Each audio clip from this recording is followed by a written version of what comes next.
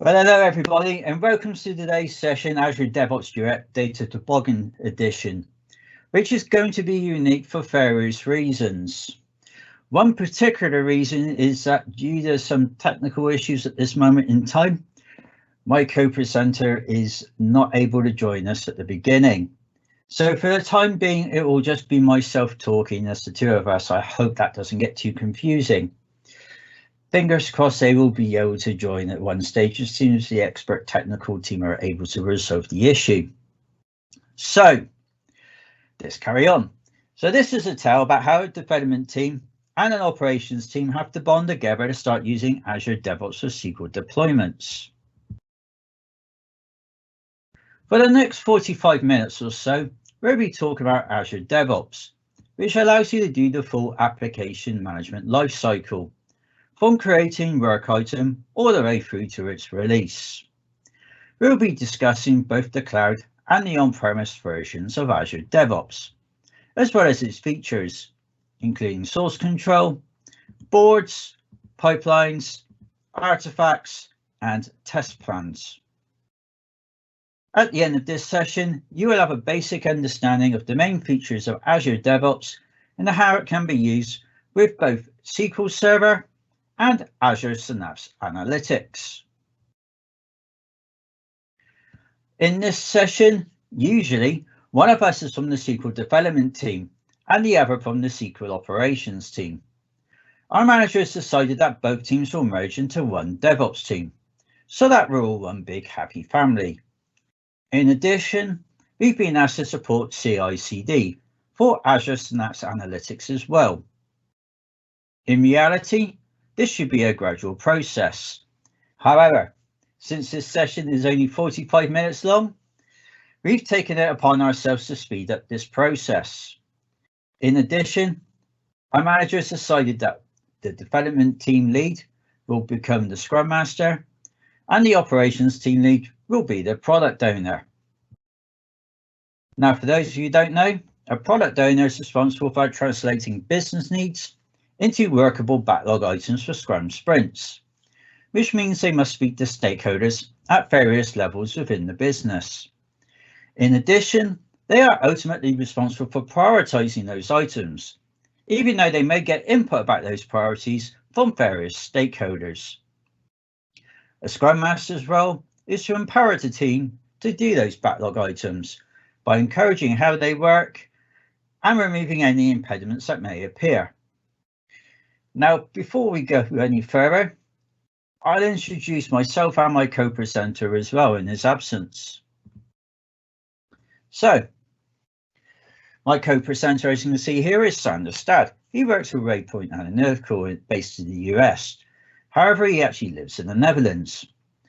As you can see there on the screen, he's a Microsoft MVP, and he's also a major contributor to DBA tools. As you can see, he's on social media in quite a few various different ways as well. And apparently, in his own words, he thinks my bio is a bit more complicated than his. So, on that note, my name's Kevin Chant. I'm a senior database architect living in the Netherlands. I have 24 years experience working in IT. And as I was mentioning just now, because I live in the Netherlands due to the fact my wife is Dutch. My co-presenter has luckily just appeared and will be joining us shortly. So, as I was just saying, basically, I'm an Englishman living in the Netherlands, working for a French-based company because he met a woman in Australia, which is why my co-presenter and others think this is fairly complicated. Now, I've worked in various sectors, including the banking, oil and health insurance industries, and I've worked with all versions of SQL Server in one form or another, and I have various certifications, including recently becoming a Microsoft Certified DevOps Engineer Expert, which is fairly relevant for this session. And also recently, I've become a Microsoft Certified Trainer in MVP, and I can be reached out to in various ways on social media as well. So, anyway, newly joined us co-presenter Sander. The first thing I want to discuss is whether to use Azure DevOps Services or Azure DevOps Server. For Wow, those of you out there, for those who aren't aware of the difference, Azure DevOps Server is the new name for TFS, which is the application that you install on premises to do your application lifecycle management. It's now been rebranded to look and feel just like cloud-based Azure DevOps Cloud Services. Personally, Sander, I'd like to use Azure DevOps Server for security and reporting services. However, the downside is we'll have to build one or more servers with Azure DevOps Server installed for business continuity reasons. Plus, we may have to wait a while for new features to become available because of their cloud-first strategy. In addition, we'd have to maintain and patch those servers. But if you use Azure DevOps services in the cloud instead, you wouldn't have to patch and maintain all those servers because it's all handled by Microsoft in the background for you. Plus, it's easier to install extensions. Well, that's true, and we can still secure it in Azure anyway. Besides, whichever we use, we have to consider security and compliance anyway to keep our auditors happy. And it's easier for us to connect to Azure Active Directory, which coincidentally we need to do if you want to connect Azure Analytics Studio to a Git repository within Azure DevOps easily. Luckily, Azure DevOps is well structured and easy to manage. So the main point we want you to take away from this section is how if you install Azure DevOps Server, you have to patch and maintain everything yourself. If you use Azure DevOps in the cloud, Microsoft takes care of that for you. And your Azure DevOps organization needs to be connected to Azure Active Directory to easily integrate Synapse Studio and the Azure DevOps repository. Indeed. So, on that note, let's have a look at how Azure DevOps is structured. So, I will just make this a bit bigger for the audience at home. As you can see here, Azure DevOps has its own hierarchy. At the top, you have your service, which is where your account is based, which has access to one or more organizations, which you can see on the left-hand side here. Now, these organizations can be the company you work for, or if you work for a large enterprise, it can be just a division of it, or like here, it can just be a personal organization you've created for testing purposes. Now, if you have the right permissions, you can change various organization settings. For example, you can change the name of your organization. However, if you do share your organization with anybody else, please let them know you're going to change the name before you do this, because it can affect all the URLs that you use. Now, there's other general things that you can do here on this easy to use interface, such as manage your projects and integrate with Azure Active Directory. As we mentioned just now, it's pretty important you do this if you want to integrate Synapse Studio with a Git repository in Azure DevOps. In addition, there's some security settings you can change at the organization level. For instance, you can fine-tune permissions for various accounts. You can manage which processes your projects use, which is fairly important, and we will cover processes a bit more in this session. There's also pipeline settings you can change, and repository settings you can change as well, including quite a significant one to change the default branch name for new repositories. As some of you are probably aware, there's a little bit of controversy relating to the origin of the naming of the master branch in Git.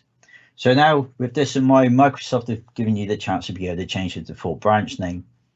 And in fact, GitHub has taken a similar stance now, and their default branch name is main. And if you install the Git for Windows client, you also get the opportunity to change the default branch name in there as well. So, if we go back to the main organization portal, you can see you have access to one or more projects from here. And if I click on this project, you can see all the features that I mentioned at the start of this session. If you just go down the left-hand side, and in addition, If you've got the right permissions, you can change project settings at the project level. Again, you can change your name. You can manage the team. So for instance, if I click here, I can add and remove people. I can fine-tune permissions for both teams and logical groups. So for example, if I click here, you can see I can fine-tune. I can do a few other things here as well. I can set board settings relating to the teams. I can change some pipeline settings, including service connections. I can manage my repositories in the project here, and your storage and various test settings as well.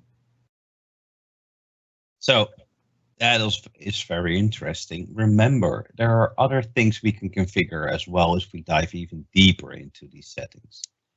So the main point we want you to take away from this section is how Azure DevOps is structured.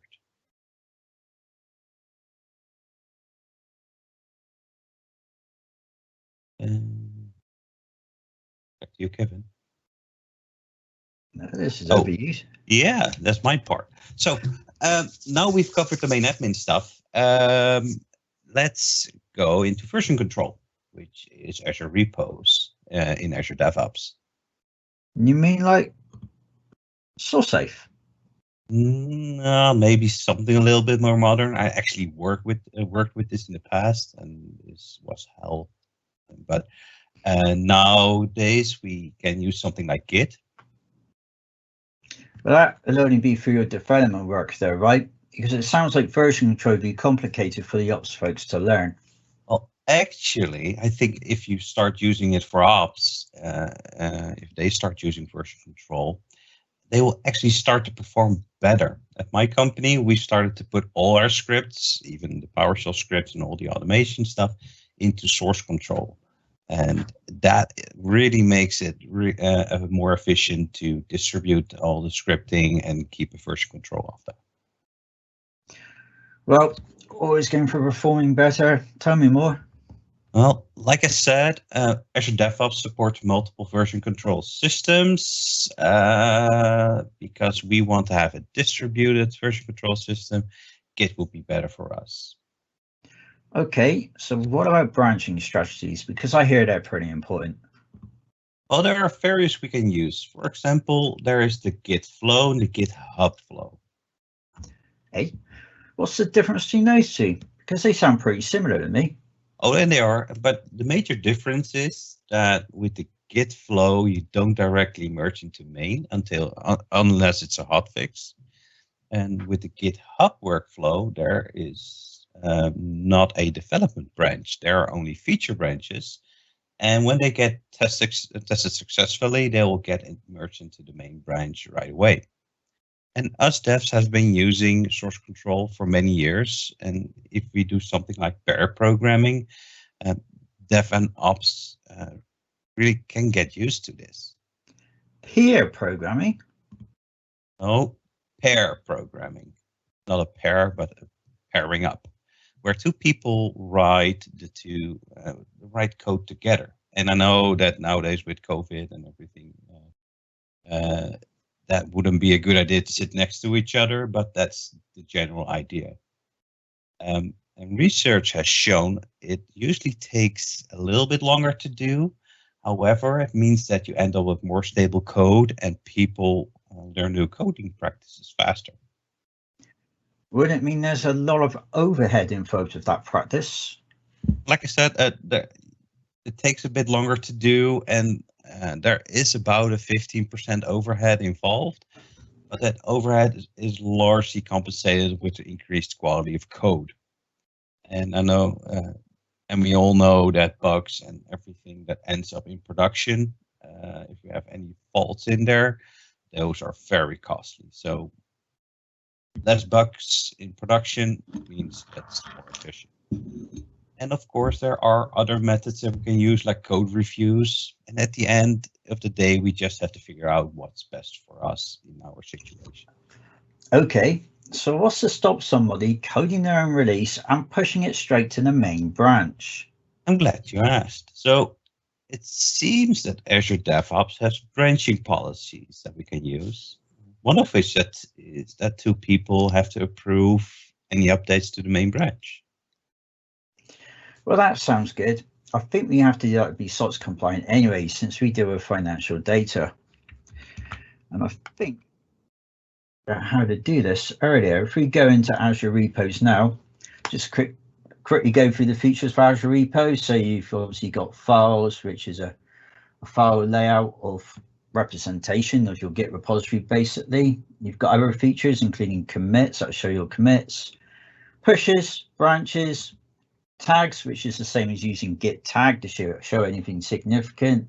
Of course, today, Data.Toboggan is significant. And you can see pull requests as well.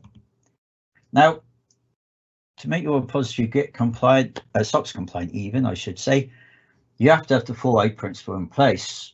So to be able to do that with your repositories, you click on the ellipsis and select branch repositories. And then from here, you set your minimum number of reviewers to 2, just by changing the toggle button. And this will essentially force a pull request have to be done. In addition to that, a recommendation is also to automatically include reviewers. So if I click on here, you can see I can add Sander directly to this. However, I won't for this particular session. And these are the main points we want you to take away from this section with Azure Repos. Azure DevOps supports multiple version control systems, including Git and TFVC. However, Git has become de facto standard nowadays, and it really hooks in nice with other tools from Microsoft as well. In addition, you can secure your updates using branching policies, as you've seen them being demonstrated by Kevin just a minute ago. Yeah. Hey, there's a Synapse thing for everyone. So it can also use Git within Synapse Studio as well for Azure Synapse Analytics, so that we can put our artifacts like notebooks and Power BI dashboards in the repository for source control. You mean we can use the linked config for Power BI, right? No, I mean literally you can work on Power BI dashboards directly in Synapse Studio. If you're using a work account, and you can authenticate to a Power BI account as well. Anyway, I did set one up earlier to connect the Git repository to Azure Synapse. I can show you now.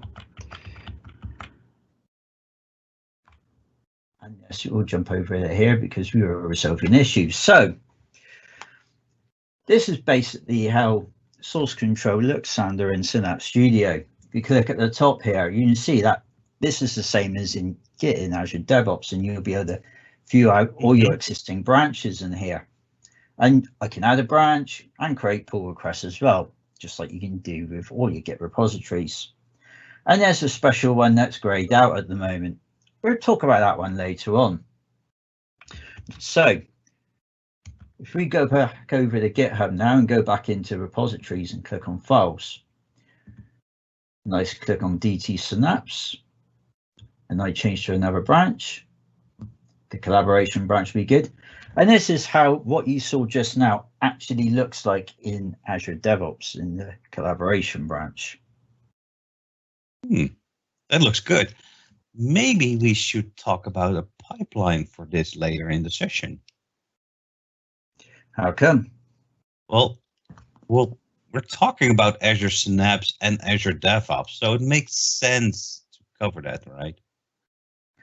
Well, when you put it like that, it makes sense to cover it when we talk about pipelines later on. However, for now, we better discuss Azure Boards, since I'm going to be using it to organize our backlog items. Now, Azure Boards can use basic Agile, Scrum, or CMMI templates for each project you create in Azure DevOps. As I mentioned earlier when I covered organization settings, these templates are also called a process. Because we're using Scrum Standard, we'll probably want to use the Scrum process. For now, we can keep it as standard, but we can customize it if we need to. And what I just quickly do now is go through for you standard features in Azure Boards. So you have work items where you can view all your work items in a linear format, regardless of what they are or if they're open and closed. We have boards, and any of you who've worked with Kanban or Scrumban in the past will find this view very familiar. We have backlogs, which will show you all of your outstanding work. For those of you who work with Scrum sprints, there is a sprint board that you can work on. As you can see, some items still there. And finally, there's queries. And what this will actually do will allow you to query all your work items in Azure Boards. And I've actually got one set up at the moment, so I can query backlog items which don't have a certain tag. And if you look at the editor, you'll probably find a query design that's familiar to a lot of you. And in addition, if you have an extension called a WCL editor installed, you can actually change the language used behind the scenes for these queries. Back over to you, Sander. So that's all very cool, but how are the backlog items organized for Scrum? Well, if you're using Scrum, the hierarchy is that you have one or more epics that have one or more features, followed by one or more backlog items. If we're using Agile, it would actually be user stories instead of backlog items here.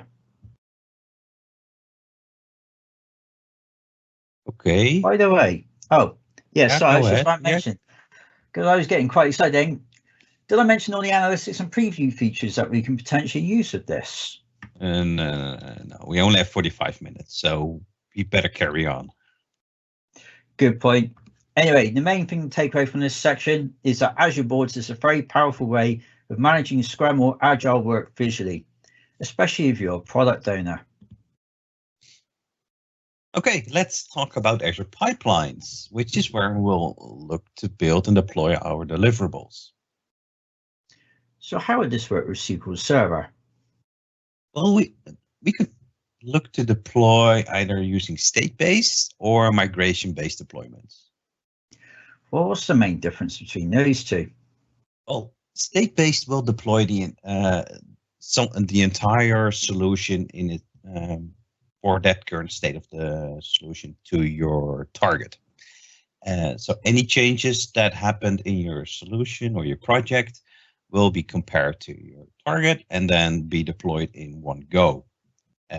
Whereas with migration-based, you script out each change and then it's applied incrementally instead.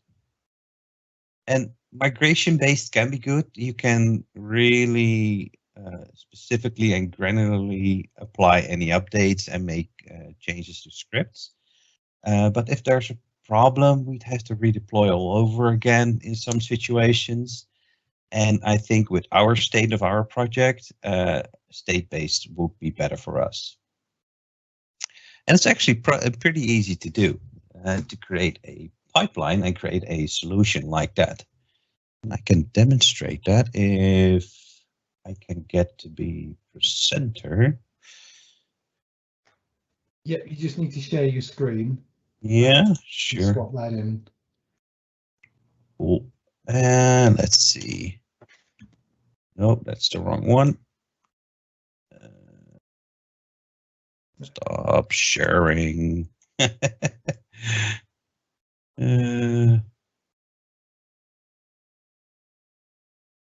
Stop that one. Share screen. Yeah, just reshare your screen out again. Yeah, I need to get the correct window. But it's scrolling over the one that I want. So now we have the correct one. So when I first started to do anything with SQL Server data tools and putting all our stuff in source control, I noticed that if I had to do and create all these projects and all its entirety for about 20-30 databases was going to become really repetitive and mundane very fast. So what I did was I created a solution like I really wanted it, and then created a template using the PS module development PowerShell module, which is part of the PS framework. And I created a template out of it.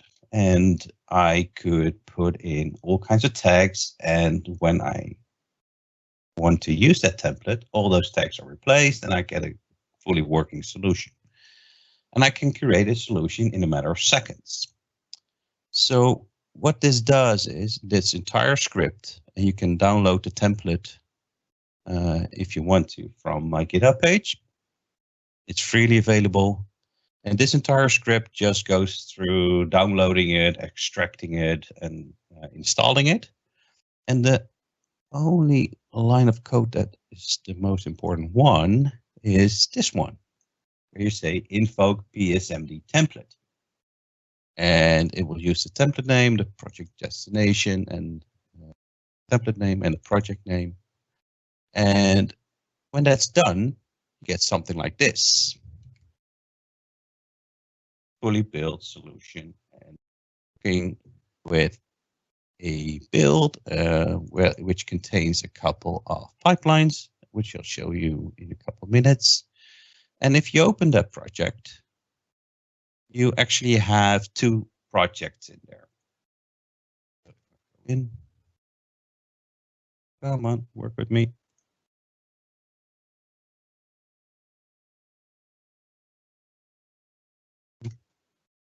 So there is one for the data model and one for the tests, because I want to have the flexibility either deploy just my data model or all my unit tests if I have there. And you should unit test your database. There are frameworks out there that can help you with that.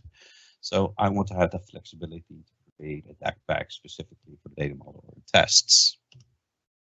And I promised you to show you the pipelines. So this template also has an Azure DevOps pipeline. And open. Zoom in a bit.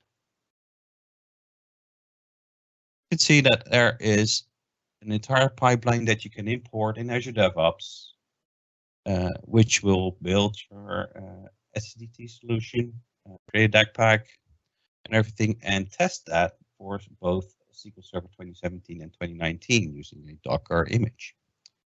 So you don't have to create all of that yourself. And if you want to, there's even a GitHub one for the GitHub Actions you can use as well. So I translated that to a GitHub Actions workflow that you can use instead, and it does exactly the same thing. So there you go. Kevin. Cool. So I know you mentioned that earlier, but what about unit tests? Because I know we can do that with other programming languages within Azure DevOps. Oh, yes. So what I tend to use is tSQLt. tSQLt is an open source unit testing framework developed by Sebastian May. And it really keeps a developer in his tSQLt bubble.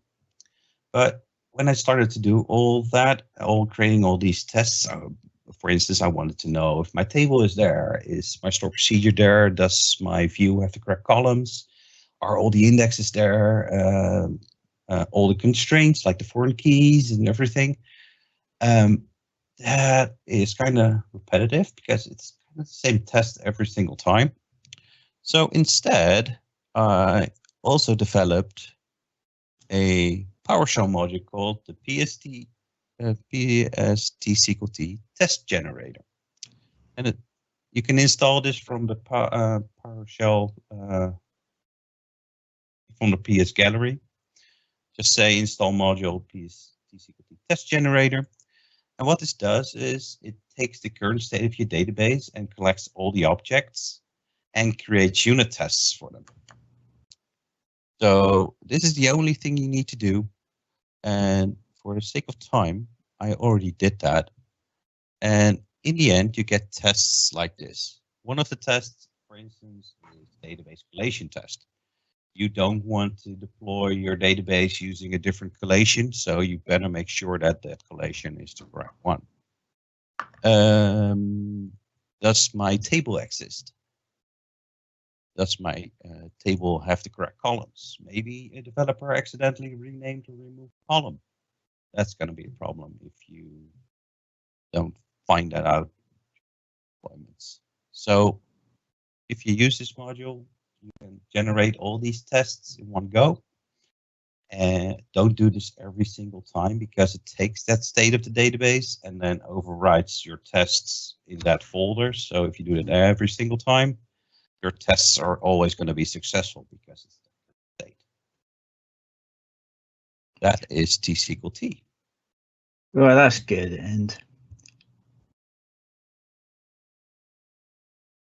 And for those of you wondering, there's kind of a relevancy to it for Azure Synapse as well, which we will cover shortly. So just in case anybody was wondering.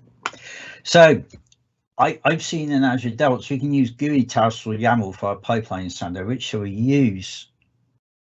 Well, the GUI is good for exploring pipelines. I've used it in the beginning when I wanted to get used to it, but I want to use YAML instead because I like code. And even if you don't know any YAML, if you use any of the extensions, if you fill in all the answers and that a certain extension needs, it's going to get translated to YAML anyway. Well, I do remember you talking to me about this earlier, and in fact, whilst you were actually talking, explaining to everybody about tSQLt, I kind of took the liberty to extend the pipeline you created a little bit. Now, I was very tempted to actually get it up and running and show you how it works in real time. However, for reasons I won't go into right now, e.g. time, I'll show you one I created earlier. So basically, I took the build and unit testing stages that you pre-created in Azure DevOps, and then I've extended it a bit, as you can see here. So after doing the unit testing from your SQL Server database, I actually got it to go off and do deployments to 3 separate SQL Server 2019 instances, which are actually in Docker containers, to represent integration, staging, and production environments. So obviously, where you do those 3 different steps of your deployments. Now, as you may have noticed, in addition to that, I actually got it to synchronize with a GitHub repository. And then from there, once it synchronizes to that repository, that will actually start a GitHub action to deploy to yet another SQL Server 2019 database as well. However, Sander, as you can see, I didn't stop there. I then thought, well, if I'm going to do that, I might as well see if I can convert it, your database project map for SQL Server 2019, and deploy it to an Azure SQL database, which I managed to get working. And then I thought, why stop there? Why don't I try and deploy it to an Azure Synapse Analytics dedicated SQL pool? And I've managed to do that here as well. And how I've actually been able to do it is actually by using a certain special method that I've come up with here. So basically what I do, and apologies for those of you who are new to YAML, however, I will fire a link to YAML schema reference into the Slack channel for those of you who are on there shortly. What I've done here is basically, first of all, I copied all the files which are in your Git repository to here to a secure location behind the scenes in an agent. From there, I found the SQL proj file for the database project, and all I did, I changed one line of code in there to change it to use the target for Azure SQL Data Warehouse, which is what you need to use if you want to deploy a database project to an Azure Synapse Analytics dedicated SQL pool. From there, the same as the usual pipeline for a project, created the DAT pack based on that project, and then published it. And from there, as you saw just now in the pipeline, I could then deploy it. Okay. But that's all well and good if the dedicated SQL pool matches the schema. But what if we want to make it optimal for Azure Synapse Analytics? Well, I'm kind of glad you asked, to be honest. As you may have noticed just now, I actually created a transform pipeline as well. And what I effectively done, I took the same idea I was talking about just now to you, where I made a change to the SQL project file in a secure copy. And all I did, I decided to change one of the schema definitions for one of the tables to use a hash distribution instead. And also define that a cluster column store index would be used. Now, by default, if you don't define an index and you're doing this kind of deployment, it will actually create a cluster column store index by default. I just wanted to show this here as an example. And the good thing about doing this way is the fact that you get to keep just this one single repository as a single source of truth, which I think is quite useful. Yeah, I think it's great that we can do the tSQL test on a database project that will end up as a dedicated SQL pool. It just takes a bit of imagination. Plus, you have to take the SQL pool schema into consideration, which Kevin will put in the chat right now. Well, you say right now, once he's done the copy and paste, yeah? Yeah. Do it, Kevin. Get in there. So, there you go, everybody. So, of course, instead of doing this option, if we're just working with dedicated SQL pools and Azure Synapse Analytics, we can just create a database project based on an existing SQL pool and then use that for future deployments. And here's one I did earlier. You can tell that I actually done this in Azure Data Studio because it's created a workspace file by default. So at this moment in time, if you create a new database project in Azure Data Studio, you have to create a workspace for use in there as well. Interesting side effect I discovered recently. Okay.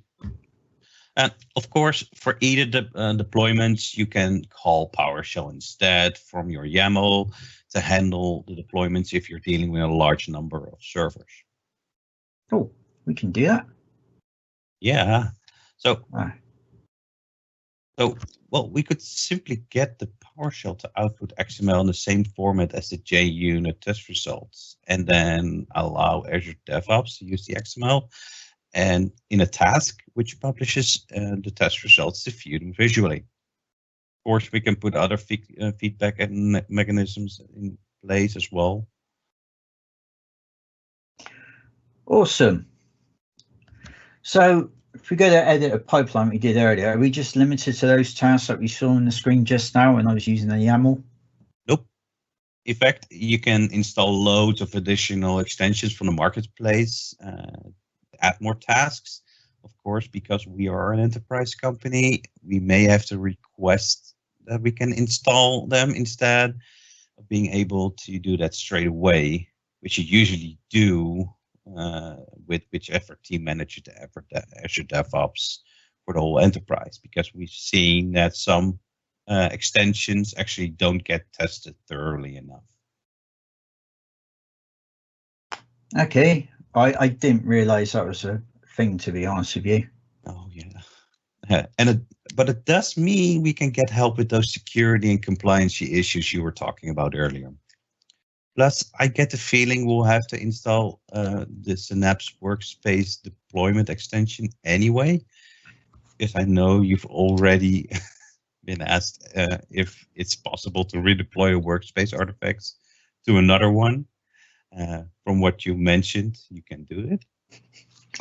Yeah. Sorry, everybody, there's a reason why Sander is laughing, which I can't go into right now about this. So for this quick demo, because we're using the release mechanism here, which generally I would show this in YAML. However, I thought I'd show this way in basic understanding. So I've created a release here. If I click on edit, you can see I've put it in place. And yeah, if you follow the textbook instruction, this works really well if you're redeploying an existing workplace after you've accidentally deleted it, etc. However, if you want to redeploy it to a new workspace with a different name, but you want to redeploy your artifacts in there, you have to be a little bit creative, and I will show you what I've done now. So if you remember earlier, I did mention there was this workspace publish branch. By default, Azure Synapse will, if you have it set for use source control, it will deploy these 2 JSON files into this special branch. Now, that works fine. Like I said, redeploying to the same one after accidental delete, good. But if you want to deploy one to another name, there's some things you have to do. I worked around it by creating a JSON file and stripping out these 4 elements of the JSON file here. Went to try the release again, had a permissions issue. So then I had to run this line of code to get that working. Once you've done these 2 things, you will be able to do a release to a whole new workspace of your existing artifacts, which means you can keep your things like your notebooks and your SQL scripts, etc. However, this method is currently it's 100% undocumented how to do it to a different workspace on the Microsoft documentation site. So if you do it, it will also be 100% unsupported as well. Very important thing to bear in mind if you do try it. We have 6 minutes left, by the way, Sander. I think we've got a slight extension, thanks to the organisers for that. So, cut a long story short, seeing that we can use hosted agents, and to be honest with you, we're going to be better off if we build those agents internally. For various reasons. Yeah, well, maybe. But remember, a lot of us are developers and we don't really want to build our own servers. Plus, we'd have to figure out how to exactly tell what software we need. Oh, that. Yeah, so as you can probably see here, everybody, Microsoft are actually releasing GitHub, what you need to do to create your own agents, basically. And the title seems a bit confusing because you can actually use the same guide in GitHub to create GitHub action runners as well. Well, if we're going to do that, we might as well run the agent through the command line instead of using it as a service. Well, I can see where you're coming from because you want the more verbose results, but I tested this earlier. Do you want to see the results? I want to. There you go. That's your verbose results. Not much there. So next, let's go to artifacts or test plans. And of course, we can do test plans once we've done the initial build and release to release elsewhere. Yeah, I'll quickly demo how the test plans look in Azure DevOps at the moment. So here's a copy of a test plan that was created earlier. And we just have to click for one application. And you can see there's a nice GUI that you can use to test your deployments. So you can click on your ticks and your crosses. And for instance, if there's an issue, you can say broke, click on create bug, and your broke comment will appear in there. Nice. So now let's briefly discuss artifacts here because we don't have a lot of time left. This is where we can share various things like NuGet packages with others within the Azure DevOps organization. For example, I can create a NuGet package and can share that within Azure artifacts for others to use. Yeah, sometimes you may have to initialize artifacts in your Azure in your Visual Studio subscription, which reminds me, just for the benefit of all of you out there, you can actually create your own Azure DevOps organization for testing purposes. I will fire a link in the Slack in a minute on how to do that, as well as a link about the new Azure Synapse role assignments, which relate to the area I was talking about earlier. Okay. Anyway, I'll just give everybody a very quick introduction to artifacts. Here's an artifact I created earlier. You actually create a feed, and you can think of a feed like a Linux repository. So, to be honest, Sander, there's other features of Azure DevOps I'm looking forward to using as well. For instance, I will show you now once I get there. So, For instance, there's the dashboards that we can use, and we can either use these at the end of our sprints or as part of the daily stand-ups. Don't forget the wiki. Yeah, it's a good point. You can create our own wiki as well. And then there's the new analytics views features that we can use. And basically, we can now use all these data sets as a source for Power BI dashboards, which we can then work on if we want to in Synapse Studio to save us installing the Power BI desktop on workstations in an enterprise. Of course, as well, there's the Azure DevOps extension for CLI we can look to experiment with, as well as other things. So where shall we begin? Well, I suggest that we begin by getting both teams together and explain to them what we're trying to achieve. Okay. So that's all we have time for today. We have like a minute. I think there's a question on Slack. There is indeed. I'm just seeing it now. So go and have a look at that, and I'll take that offline, and we'll then queue up our next speaker. But thank you, Kevin. Thank you, Sander, for presenting, and that was great.